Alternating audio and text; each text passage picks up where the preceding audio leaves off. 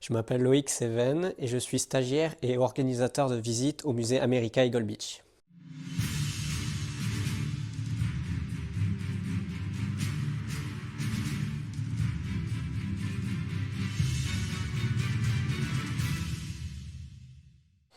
Donc l'objet que vous avez en vitrine ici, c'est un petit jouet qui a été offert à l'un des enfants de Vers-sur-Mer lorsque les troupes ont débarqué, plus précisément quelques jours, les jours qui ont suivi, parce que bien évidemment les troupes ont continué d'avancer, mais certaines sont restées en arrière, tout simplement pour assurer la logistique.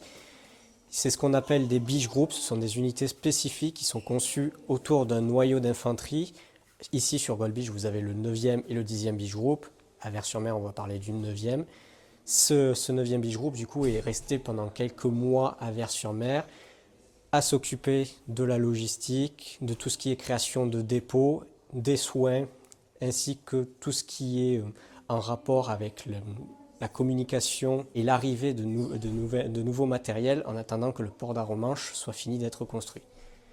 Ces unités, une fois que la logistique normale seront dissoutes, mais lors de leur séjour à Vers-sur-Mer, elles vont nouer des liens avec les habitants.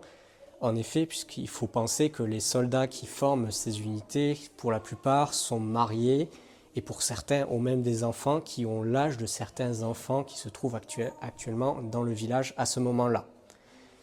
Donc forcément, cela crée des liens et ces liens, vous allez les avoir notamment par l'artisanat, c'est quelque chose de similaire à ce qu'on peut retrouver par exemple pour la Première Guerre mondiale.